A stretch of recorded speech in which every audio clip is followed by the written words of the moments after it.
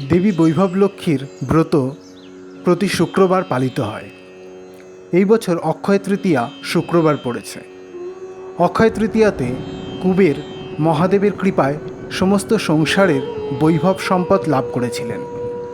তাই অক্ষয় তৃতীয়ার দিন দেবী বৈভব লক্ষ্মীর ব্রত পালন এবং পূজায় অনবদ্য ফলপ্রাপ্তি হয়। এবছর দিনটি শুক্রবার পড়ায় মহাযোগে সম্পৃক্ত।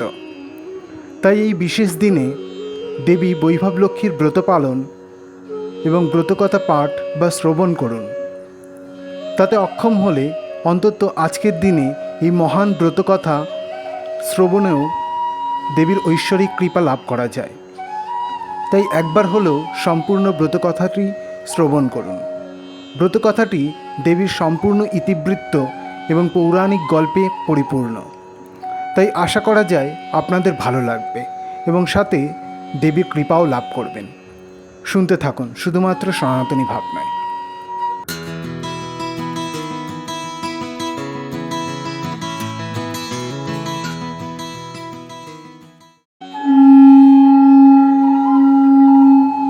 একদা দেবী পার্বতী ভগবান শিবকে জিজ্ঞাসা করেছিলেন, পৃথিবীর মানুষ অর্থ উপার্জনের জন্য অনেক কষ্ট করছে।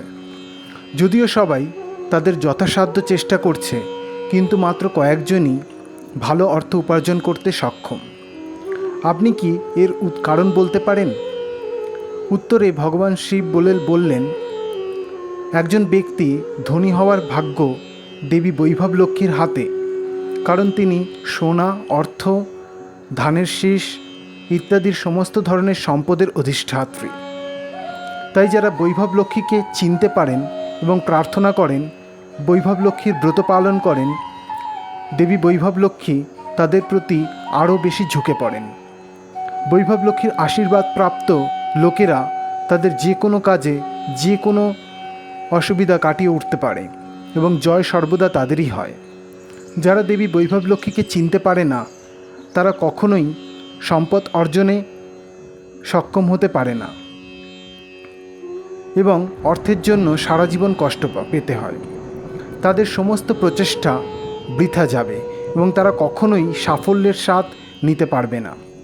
যারা ধনী হতে চান, যে ক্ষেত্রেই জয় চান, তাদের বৈভব লক্ষ্মী ব্রত পালন করা উচিত।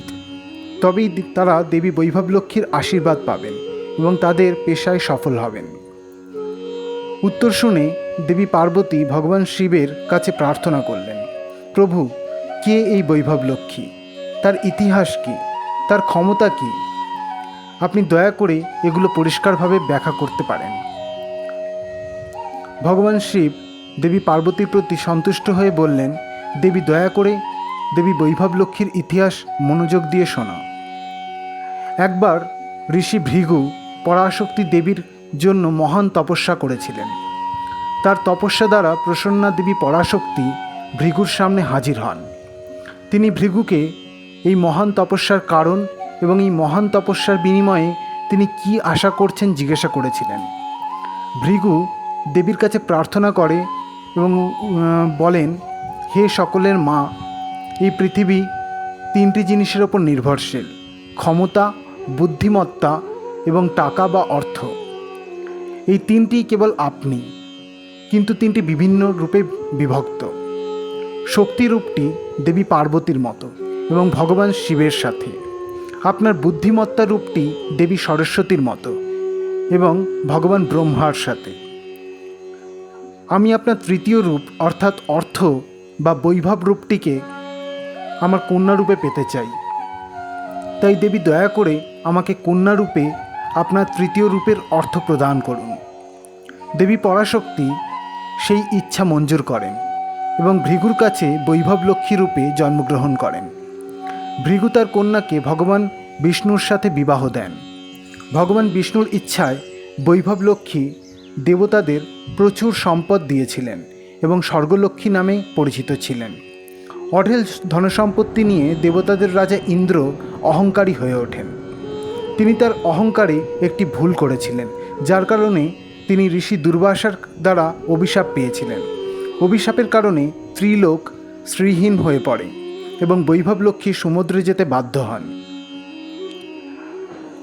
আর ইন্দ্রের কোনো সম্পদ ছিল না এবং দেবী লক্ষ্মী চলে যাওয়ায় বিষ্ণুও একা হয়ে গেলেন। ইন্দ্র দারিদ্র্যের কষ্ট পাচ্ছিলেন, তাই তিনি ভগবান বিষ্ণুর কাছে গেলেন।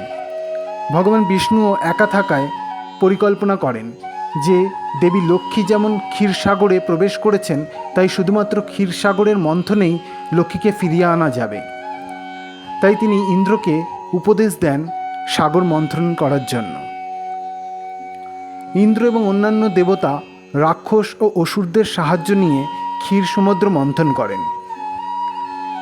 মন্থর পর্বতকে মন্থন লাঠি এবং বাসুকিকে দড়ি হিসেবে ব্যবহার করেন। অন্যান্য অনেক কিছু এবং অমৃতের সাথে দেবী লক্ষ্মী বেরিয়ে আসেন এবং ইন্দ্র সহ অন্যান্য দেবতাদের সম্পদ দিয়ে আশীর্বাদ করেন। এই পুনঃ আবির্ভাবকালে দেবতাদের অনুরোধে দেবী লক্ষ্মী 8টি রূপে আবির্ভূত হন: আদিলক্ষ্মী, ধান্যলক্ষ্মী, ধৈর্যলক্ষ্মী, গজলক্ষ্মী বা রাজ্যলক্ষ্মী, সন্তানলক্ষ্মী, বিজয়ালক্ষ্মী, বিদ্যালক্ষ্মী এবং ধনলক্ষ্মী। 8টি রূপের মধ্যে শ্রেষ্ঠ রূপ হল ধনলক্ষ্মী। তিনি ঐশ্বর্য বা বৈভব লক্ষ্মী নামেও পরিচিত। তিনি ক্ষীর সমুদ্রের রাজার তনয়া নামেও পরিচিত ছিলেন। দেবী লক্ষ্মী, যিনি বিশ্বের সমস্ত সম্পদ প্রদান করতে পারেন, তার উচ্চ আত্মসম্মান রয়েছে এবং তিনি কখনো কোনো ধরনের খারাপ আচরণ সহ্য করতে পারেন না। একবার সমস্ত ঋষিরা ভগবান ব্রহ্মা, ভগবান শিব এবং ভগবান বিষ্ণুর মধ্যে কে সবচেয়ে নরম তা জানতে সিদ্ধান্ত নিলেন। তারা ঋষি ভৃগুর কাছে গিয়ে তাকে সিদ্ধান্ত নিতে বললেন। যথাসময়ে ভৃগু সত্যলোকে ব্রহ্মার আবাসস্থল পরিদর্শন করেন, ভগবান শিবের আবাসস্থল কৈলাসে যান এবং উভয়কেই প্রত্যাখ্যান করেন এবং অভিশাপ দেন। অবশেষে তিনি ভগবান বিষ্ণুর বাসস্থান বৈকুণ্ঠে যান। বৈকুণ্ঠে ভগবান বিষ্ণু এবং দেবী লক্ষ্মী পাশা খেলছিলেন। খেলার সাথে সম্পূর্ণ জড়িত ভগবান বিষ্ণু ভৃগুর অভিবাদন স্বীকার করেন না। ভৃগু অত্যন্ত অপমানিত বোধ করেন, কারণ ভগবান বিষ্ণু তার জামাতা এবং দেবী লক্ষ্মী তার কন্যা এবং উভয়ই তার সফর উপেক্ষা করেন। ভৃগু রেগে গিয়ে ভগবান বিষ্ণুর হৃদয়ে পদাঘাত করেন। ভগবান বিষ্ণু ভৃগুর ওপর না রেগে তাকে আমন্ত্রণ জানিয়ে যত্ন নেওয়ার মাধ্যমে শান্ত করেন। এতে দেবী লক্ষ্মী ক্রুদ্ধা হন এবং তিনি বৈকুণ্ঠ ছেড়ে কোলাপুরে চলে যান। ভগবান শিব পার্বতীকে বলেন যে দেবী বৈভব লক্ষ্মীর মহিমা এবং দয়া কথায় বর্ণনা করা যায় না। উদাহরণ হিসেবে একটি গল্প বলি, শোনো। একদা প্রতিষ্ঠানপুরম শহরে শিলা, সুশীলা, গুণশীলা এবং ভিশালা নামে 4 বোন ছিল। তারা ছিলেন দেবী বৈভব লক্ষ্মীর প্রবল ভক্ত। একই শহরে 4 পুরুষের সঙ্গে তাদের বিয়ে হয়। এই 4 ব্যক্তি ধনসম্পদ, চাকরি এবং স্বাস্থ্য নিয়ে সচ্ছল ছিলেন। দিন দিন সম্পদ বাড়ায় তারা 4 জনই অহংকারী হয়ে উঠল। তারা ভাবতে শুরু করে যে তাদের জীবনে সাফল্য কেবল তাদের কঠোর পরিশ্রমের কারণে এবং অন্য কিছু নয়, এবং দেবী লক্ষ্মীকে উপেক্ষা করতে শুরু করল।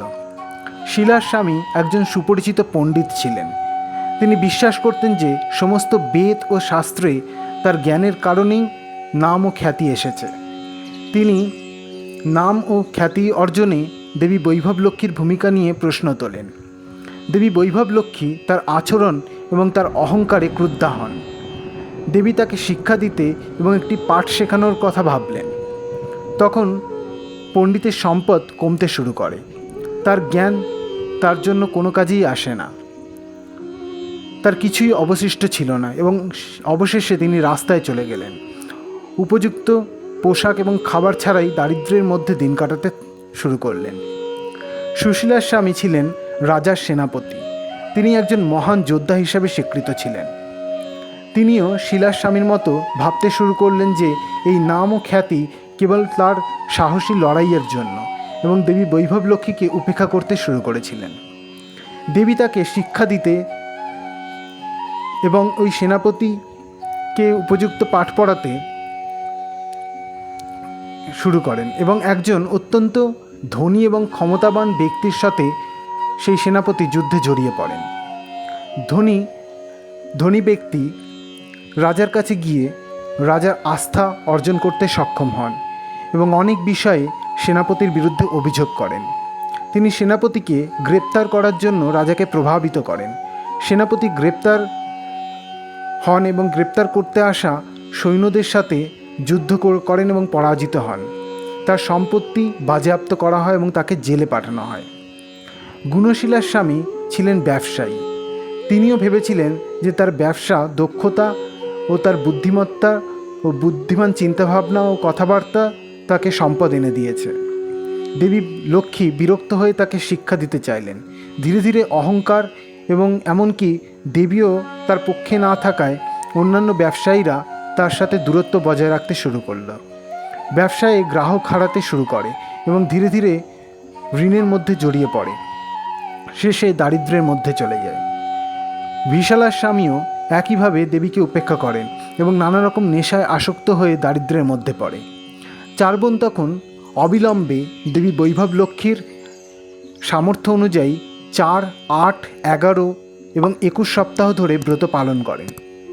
4 জনের মধ্যে সবচেয়ে দরিদ্র শিলা কলসে একটি তামার মুদ্রা, সুশীলা কলসে একটি রূপোর মুদ্রা, গুণশীলার কলসে রৌপ্য অলঙ্কার এবং শেষে বিশালা সোনার আংটি কলসে রেখে দেবী বৈভব লক্ষ্মীর আরাধনা করল। দেবী তাদের ভক্তিতে তুষ্টা হয়ে আশীর্বাদ দেন।